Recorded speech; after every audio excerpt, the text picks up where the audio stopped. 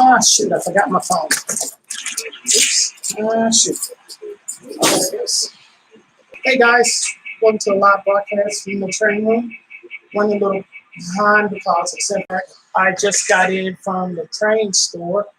I went up to Addison and bought some stuff for my layout. I know y'all gonna be like shocked to shit, and you're gonna like, I did go get some flex track, so nobody comment on it. You finally went and got some flex track. Yeah, I finally went and got some. I will show out y'all in a minute what this is going to be used for. And thank God I got the last pack of, where are they? Here. The last pack of these, 25 pair, 148, the whiskers. And this last pack, I got it. Thank God he had the last pack. So that was good. And the funniest thing is, when I buy these online, they're over 40-something bucks. But when I went up there, under 40 bucks. So I came out good on this. So that's a plus. So all these hoppers that I just got, and some of the tank cars going to get replaced with couplers. Some things I want to go over with involving the things that I see, and I think someone needs to address it so that there won't be any trouble down in the long run, because in fact, it can, I don't know, but I'm just going to bring it out. So I'm going to address the whole matter. You see this hat?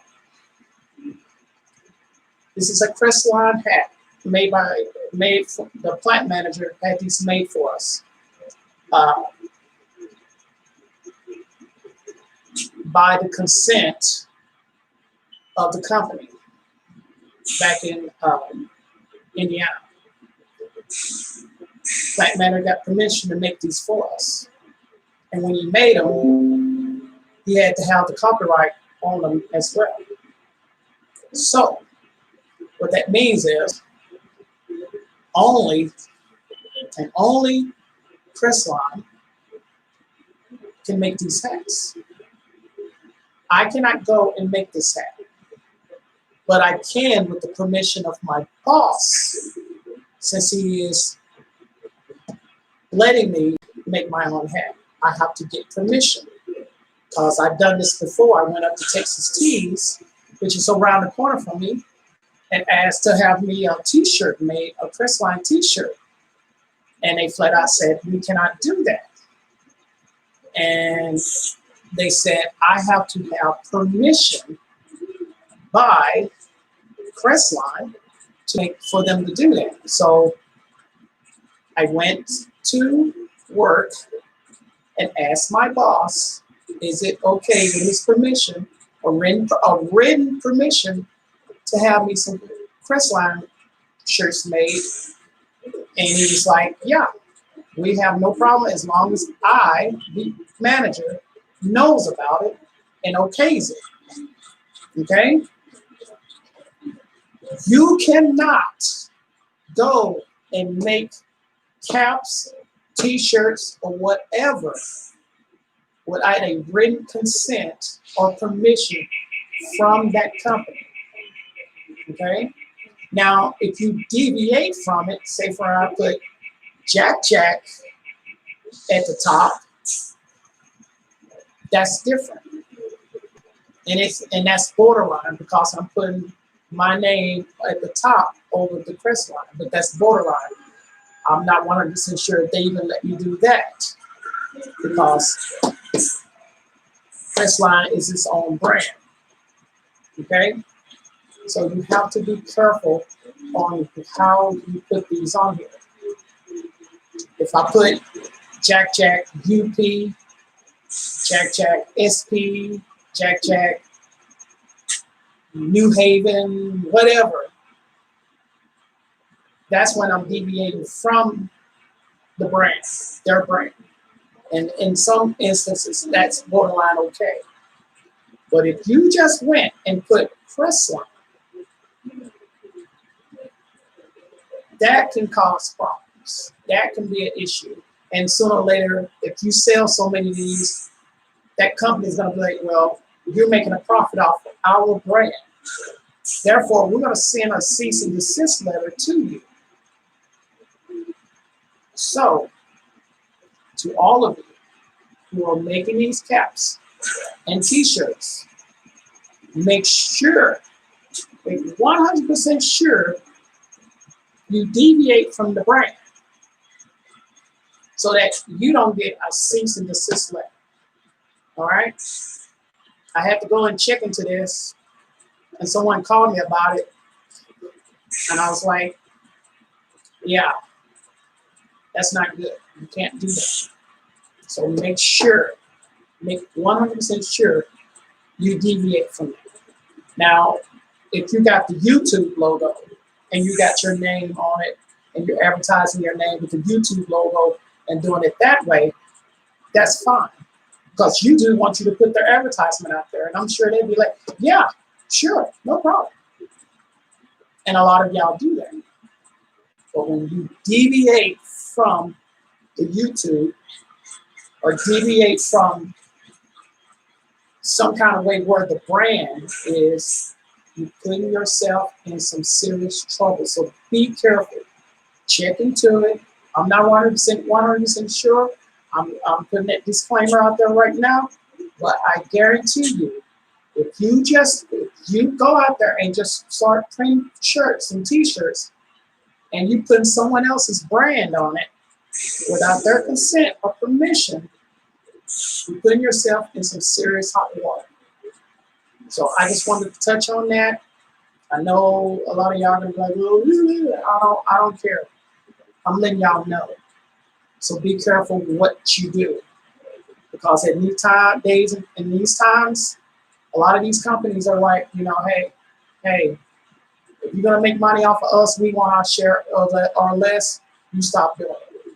Okay? So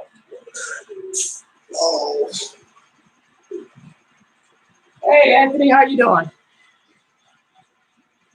Anyway, so that's my little thing I want to touch on.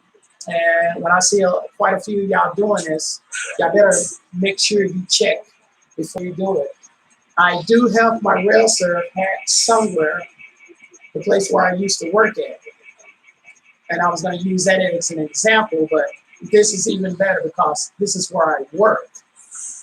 And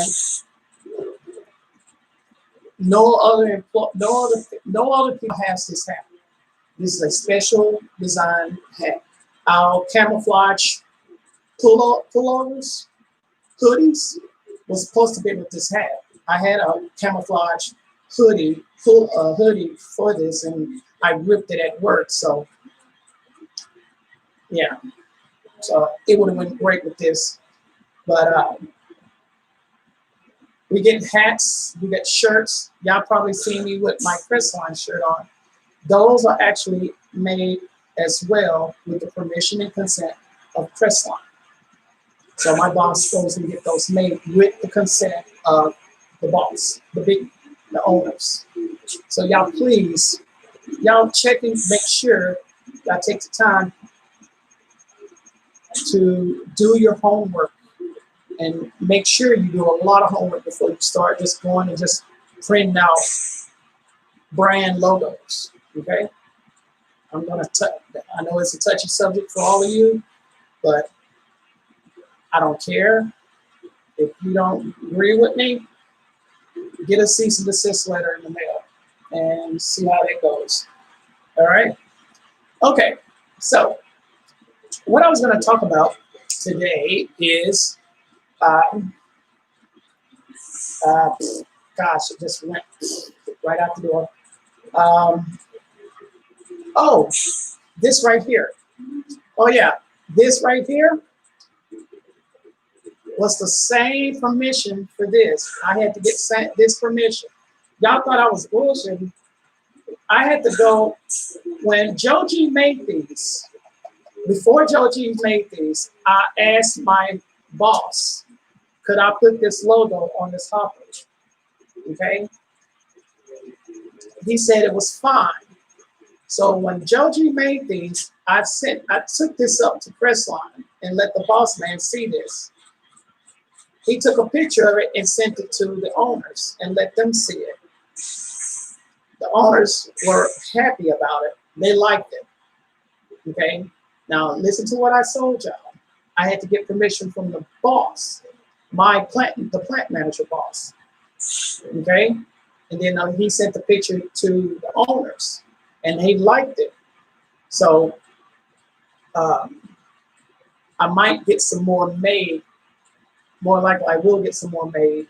But I'm telling y'all, you can't just up and just print out stuff without the permission and consent of that company or that brand or whatever. So you don't get a cease and desist letter. So take the time to do your homework. I just saw this in there, so I had to use this as another example. So these you got to get permission for. Okay. Another thing. So anyway, the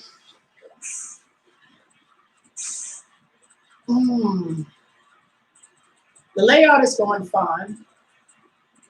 I was going to talk about some switching orders and how switching orders are done. With the manifest part of it done, and I don't have my switch list, and I don't have none of that stuff ready. Like I said, I just walked in the door not too long ago.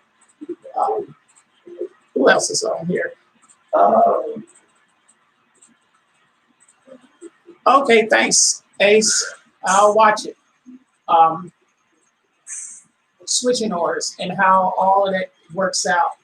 And I'm going to do an example. I can't use Crestline as an example because that's too much information. So I will use an example of, I guess, Jackson Plastics. That's on the layout right now.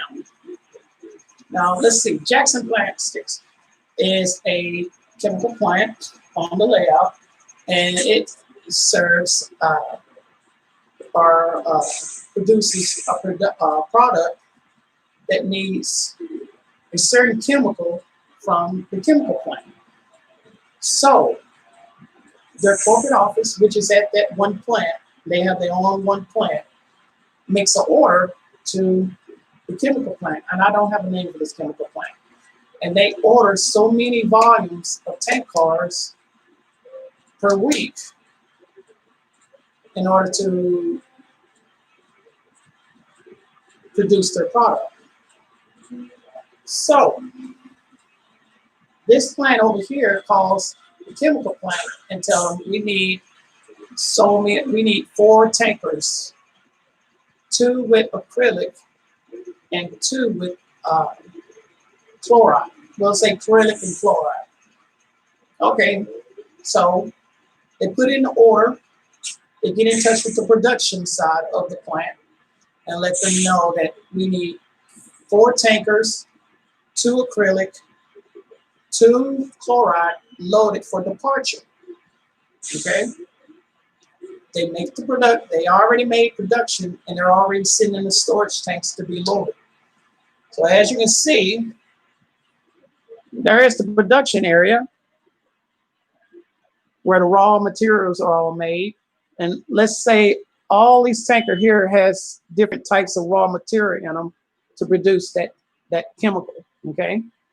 Down here is where they store those chemicals so they can be loaded into these platforms here. All right. So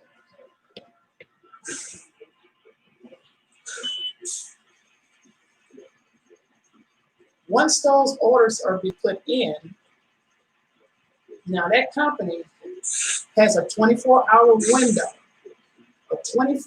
window, to cancel that order by their rules at the chemical plant. You have a 24-hour change order. So if you made that order at 4 a.m. on a Monday, you put it in the computer and then you send it on a Monday. By Tuesday, it needs to be canceled before 4 a.m. So you have a 24-hour window. Okay, they have a 24-hour plant here. This plant is run 24 hours, 7 days a week. Okay, so the order's been sent, the order is put in, and the tankers are now loaded. Okay, the tankers are taken off the platform and set in the yard for outbound. Dispatch at the chemical plant will notify yard master or the foreman of the yard of the switch list for those two tankers to be put on the train for outbound. Once that is done, the train is processed and then set for delivery. They don't get the manifest. The crew on the train don't get the manifest. It's already sent to Jackson Plastic by email. Okay. Now, what they will get on the engine is a copy of that manifest, just in case if anything happened, a derail or anything. Now there's an 800 number on the train for chemical. If there's a spill or anything, for hazmat. But the head engine, the group on the train has a copy of that manifest. Okay. Now, not always, it's always in paper. It might be on an iPad, on a pad, sitting on the computer. And most of the times, I think most engines already has a pad panel on it, so they can see what they're carrying. Once the train is sent off, the train is set, like I've already showed y'all, either in a siding, in a yard, or something to be processed, to be sent in a service train. Once that service train is done, the crew will take that train over to the plant and switch it out. And once it's switched out, they take the empties and do the process and take them on back to the yard to be processed for an outbound train to be sent back to the chemical plant. They always use the same cars because those cars are leased to that company, and that company uses those cars to go back and forth the same thing. They do the same work over and over again. They get the order, they process it, they deliver them, they take the empties, they take it back, and they do it over again. Most chemical plants, depending on the size or volume of their product, they will always have at least 3,000 to 4,000 tank cars, either in their yards, somewhere in a siding, or back at the yard of that road company, like BNSF, BNSF, Norfolk Southern. They always keep those cars for that company in a yard track, specifically for that company. Okay. The most important thing you have to remember is everything is on a timely manner. Once that order is processed, after the 24-hour window is up, it's already printed out for dispatch to get it to the switching crew, big state train heads outbound, and then it's got to go. Because those people over there at that company need their product to keep their business going. And the same thing where I work at. If we don't get that rail car, we have to find another way to get it. And if we have to bring it in by tractor trailer, we'll bring it in by tractor trailer. And there are instances where derails, weather, for example, a hurricane coming. Right now, if there's a hurricane coming right now to the Gulf Coast, I guarantee you, Norfolk Southern, CSX, BNSF, and UP is already into contingency plan to move those cars off the Gulf Coast. So if you start seeing a 100 car, 200 car train, maybe 300 car train, and you're seeing them nonstop, that means they're moving those cars out of the Gulf Coast. And they're doing it probably right now as I speak, because that hurricane is supposed to hit between Tuesday and Wednesday of this week. So Houston, and those rail companies, BNSF, I know 100%, and UP have already started pulling cars out of the Gulf area, especially at the refineries. Even though there's no production down there, but I guarantee you they're pulling those cars out of the Gulf Coast. Norfolk Southern from Florida all the way west to Texas. They're pulling them up north so they won't be in the bullseye of that hurricane. And they do this every time a hurricane comes. They move the cars so they won't be in any kind of situation of being damaged or whatever it may be down there, flooding, bad rail, the track is jacked up and they can't get to those cars. They even got maintenance crews already being sent on standby. So if they have track jacked up from this hurricane, they can get those track rails back up and running. I mean, dry dirt, that's dry, ballot, rock, whatever they need.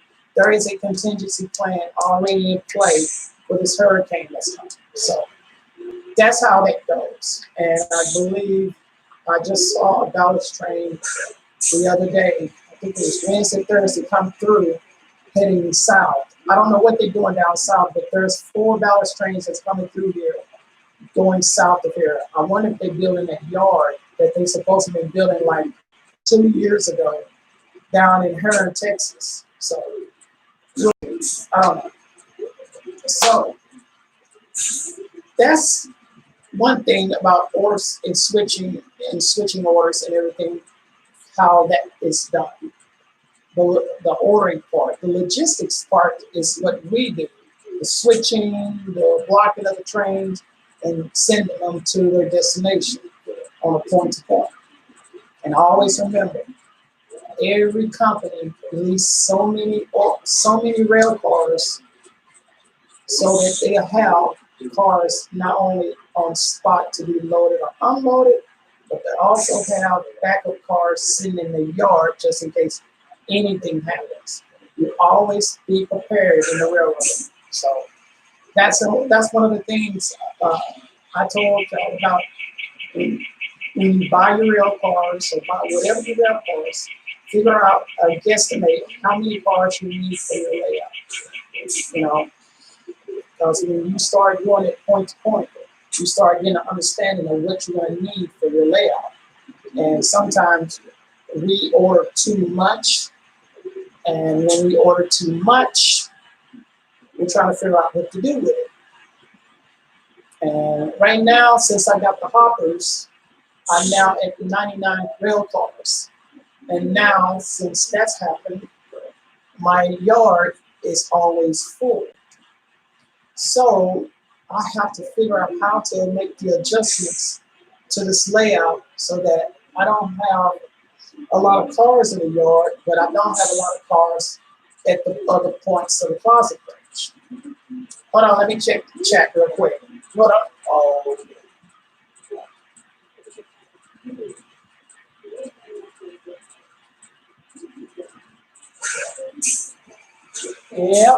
Yep, Anthony.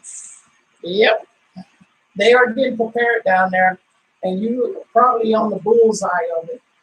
So, yeah, they are pulling the cars right now as I speak out of the Gulf area from Galveston all the way south to Padre Island, which is pretty much BNSF area and a little UP.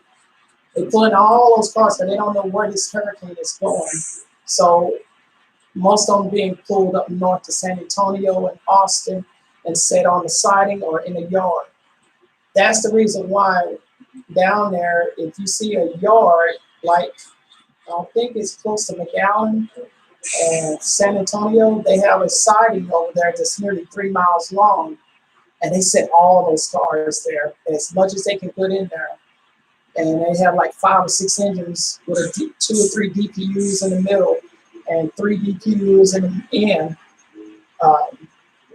It's one of those things. So I didn't mean to get off track with the orders, but that's how, you know, they get things, the railroad try to figure out how to figure out a contingency plan when a hurricane comes down south.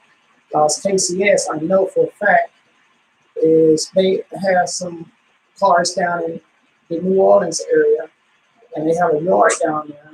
And number one thing they're doing is pulling those cars out of there as fast as they can. And their main hub is in Shreveport, right outside Shreveport. So it's a pretty nice sized yard over there. So that's pretty much it on that. But the switching part of the logistics of railroading, everybody is pretty different. And from experience, to me, it's different from this. It's totally different. You got your car counts. You got to know where to set that car. The limits, where to set cars. You got the blue flags, and a lot of companies don't use blue flags no more. Where I used to work at, they still do, because they let us know when we are ready, when we can go and pick up the cars by them pulling the flag down. A lot of companies like ours, we don't have blue flags or anything. They do everything on email now. Everything is email, computer. We will get an email in the morning from them, letting us know where they're at, where they are, when they come, where they at, when they coming, and all that good stuff. It's all email now, and my boss gets all that in email. Releases. Now, companies like where I work at, we have to make sure to release those cars at least 48 hours in advance. So if they come, if we're already in Tuesday, say for instance, what's today, Saturday? And they don't work on Saturdays no more because they got a crew here now. They can do all that. So Friday, I believe they bought us a car. They bought us a car and they pulled 2 cars. Okay? They're not coming today and they're not coming tomorrow. But we're still pulling resin out of the hoppers because we're working weekends now. I'm not there, but another crew is there. So I work next weekend, partial crew. So by Monday, when the rail crew comes to pick up the cars, boss man, I'm sure he's going to do it tomorrow, is going to email a release to let them know that the cars are ready to be picked up. So 24 to 48 hours. Well, actually, when it's a work week, it's 24 hours. I believe we didn't really touch on it that much. So Monday when we come in, there will be 2 more cars for them to unload, maybe 1 or 2. But I guarantee it's 2 because we just 1, 2, 3, 4 move.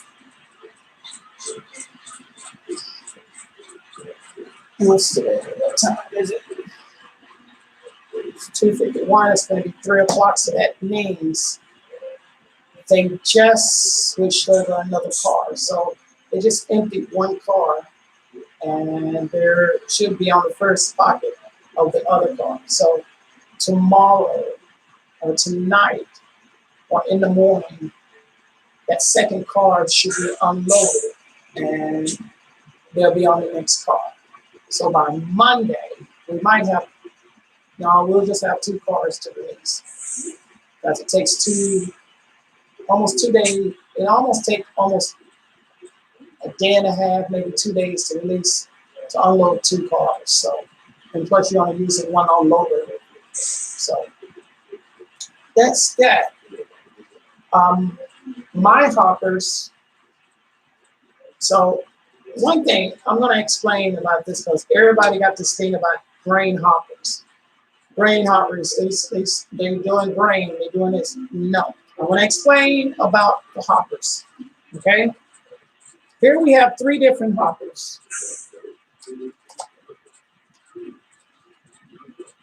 Actually, I'm going to get the 4th hopper.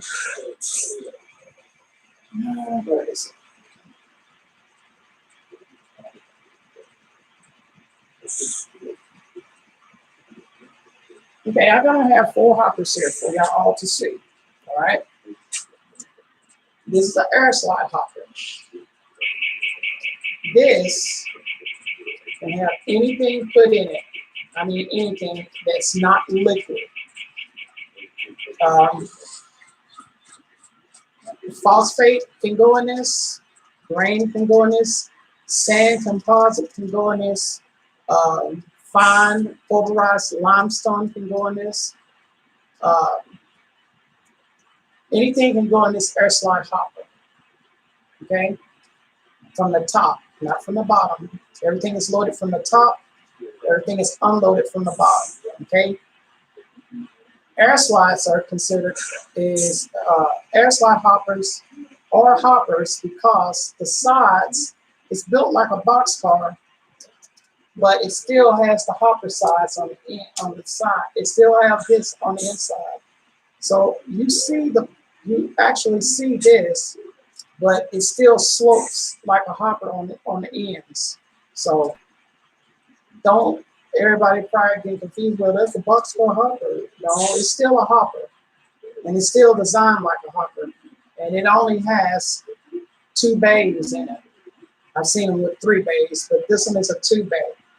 So it kind of starts to slope up here and goes all the way down there. So that's that.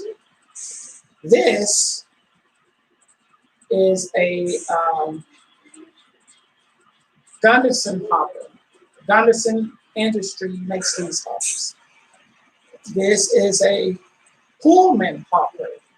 Pullman makes these hoppers, okay? Gunderson, Pullman, or I think these are Pullman or Gunderson, I can't remember. But these hoppers can do the same thing as the air slide. It can have grain in them. It can have limestone. It can have phosphate. It can have soy. It can carry any type of powder, pulverized powder, or anything that is non-liquid powder, okay? And this is a 3 bay. This, you probably see these on grain trains going back and forth to Mexico, okay? And this is a Southern bale hopper, so we know this is going to Mexico. That's pretty much the grain hoppers do that I've seen. They're always going to Mexico, okay? And we have 3 trains that come through here a month. So actually, it went down to like 2 a month. So I haven't seen quite a few of them lately. All right. So this is pretty much the same thing what that one gonna do. It's not a grain hopper. Do not get these twisted and call them grain hoppers. These are regular covered hoppers.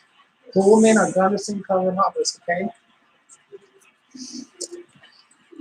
This, we call this a ripside hopper. It is not a grain hopper. It is the same as that hopper, but this one has the little ribs on it.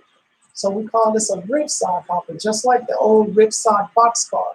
The boxcar with the ribs on the side, we call that a ripside boxcar. The correct hobby term is a ripside covered hopper. This is what this is. It carries the same thing as that. I'll keep repeating myself, I'm sorry. And the hatches on the top can be changed to the hatches like this one, just like on this hopper here. They can be changed. If you see the new rivet counter KCS and the new rivet counter hoppers, they have the square dome, square hatches where they open like a door.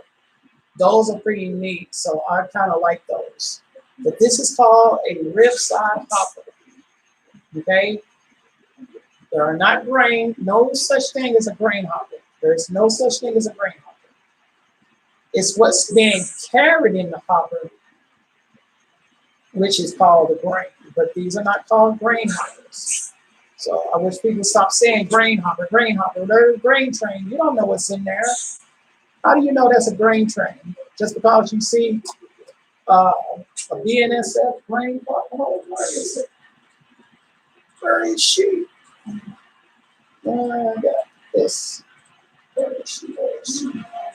Oh, yeah, where is she? Oh, here she is.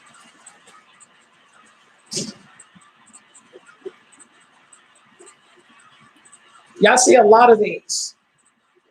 And y'all think these are grain trains. They could be carrying phosphate. They can be carrying limestone. They can be carrying anything else. But 90% of the time, yeah, 65% of the time, some type of grain is in here, okay? So, and it's a 3-bay. And you can tell when it's a grain train is because these are the only cars that BNSF will put grain in unless it has this on the train. If it has a ribside hopper with it, with this, that means they are carrying some type of grain. But 90%, 65% of the time it's a grain, but I wish people quit saying grain car, grain hopper. Just call it a hopper. You never know. And then the final one is this one. This is a special type of car. By what I've seen, they call them funnel flows, funnel flow hoppers. This can carry the same thing as those, but they have caps. These all have caps on the bottom where a manifold hose need to be attached to the cap. When you take the cap off, you put a manifold line on it and it runs into a pipe. And then it runs into a silo or being run into process. These don't get a manifold. These hatches open. Actually, they clip the pin, the lock pin, and they push it back with a jackhammer because it's going to roll. Because you can't do this by hand. You need a hammer to push this back. And then that hammer push it back, and then the grain falls into the chute down below. These get plastic pellets, resin, powdered resin. It can also get pulverized limestone for the sand composite for the to make the glass or make plastic. And what else goes in here? A little bit, anything that's involving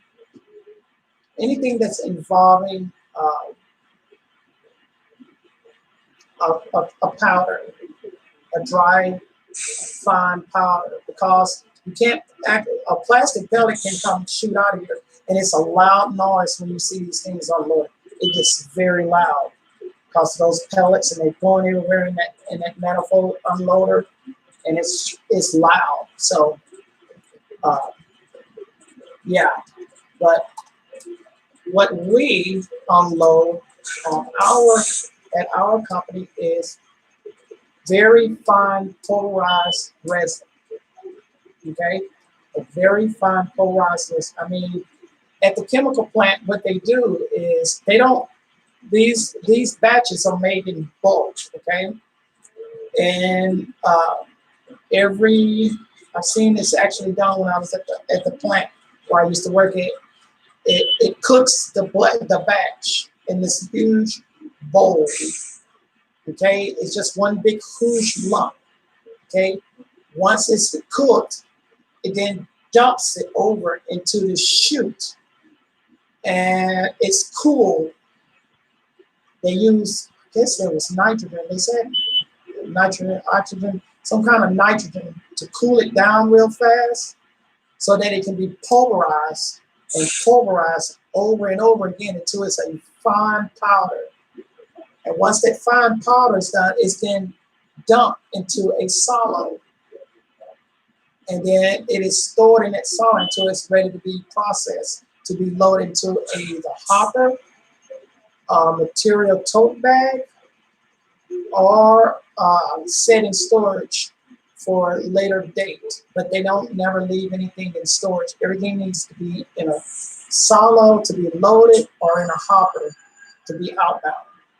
So that's that. But y'all, please stop calling a hopper a grain hopper. They're just hoppers. They're just regular hoppers. It's just what they carry that makes them what that is. So I just want to go over that real quick with everybody. And I know everybody's going to be like, oh, that's not the case. That's not true. Yeah. They started calling these hoppers grain hoppers a few years ago, about 10 or 15 years ago, because it was a mass production of farmers using these to load the cars because of the chute design. They didn't use this design because this is for resin and plastic and stuff now. They categorized this 4-bay hopper for resin and sand composite and fine pulverized, where it can be put on a manifold to be unloaded. So, and then another one that really burns me up when I hear them say, oil tanker. This is a regular tank car. This is a 55, 57, 58 foot tank car. It carries oil. It can carry ethanol. It can carry benzene. It can carry any type of chemical. But everybody decided we'll just make them oil tank cars or ethanol tank cars. That's not the case, guys. It's just a regular tank car that you can carry anything in. Because where I used to work, we just called it a tank car. Bring that tank car over here, shove that car over here, set that tank car up to the main, set that hopper over there. We didn't have a description for each and every car, but we did go by the order number, the road number. So I think everybody got this thing, and I guess maybe it's because me being an ex-railroad, working for the railroad, I have to categorize, I don't categorize everything as what it is. Everybody believe a side beam, a center beam flat car carries plywood all the time. They don't, no. That's the reason why they call it a center beam, because it's centered so you can apply whatever you want on that flat car. You can put plywood. I've seen them put shingles on them, and actually up north of here in Ennis, they use those center beams to put siding, building siding, that panel siding. They set them in paper in a pack. They wrap it with paper and they set them on the center beam and they stack it up. So everybody think they always carry wood. No.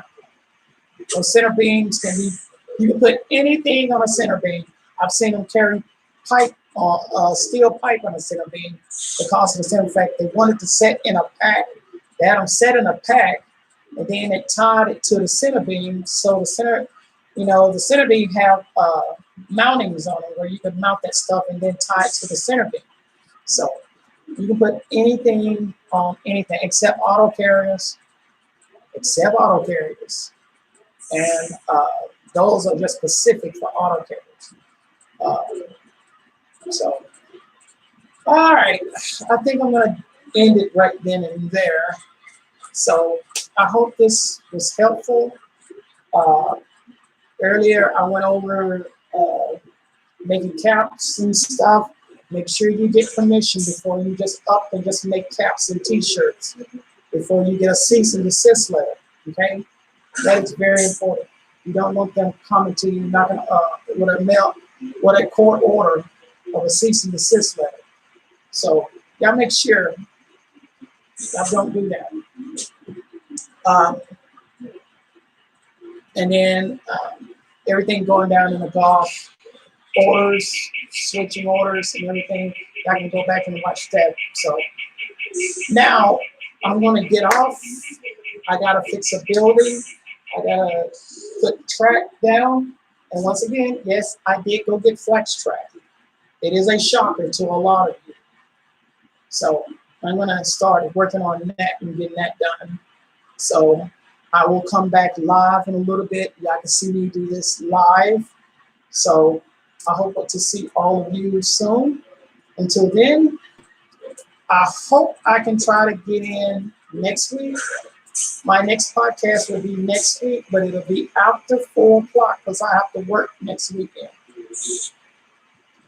I can't talk. Every other weekend, I have to work at the plant, so overtime. So that means if I'm making overtime, that means you know what I'm going to do with that money. Oh, yeah. So once again, y'all take care. Y'all be safe. Everybody down in the Gulf, get somewhere safe. Start packing. Do whatever you can to prepare for this hurricane.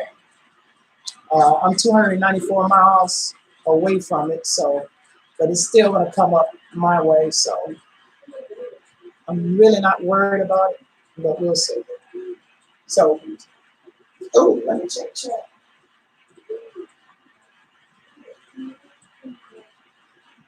Oh, the Carver here. Hey, Carver, how you doing? I didn't get to see you. Thank you for coming, Anthony, Carver, Ace, whoever else that's in here. Thank y'all for coming to my podcast. Like I said, I'm going to try to do this again every week on Saturdays at 2 o'clock. But if I have to work, it'll be somewhere Saturdays around 5 o'clock. Okay, so thank y'all for coming. And I will be back in a little while so I can do some track work. Y'all take care. Bye.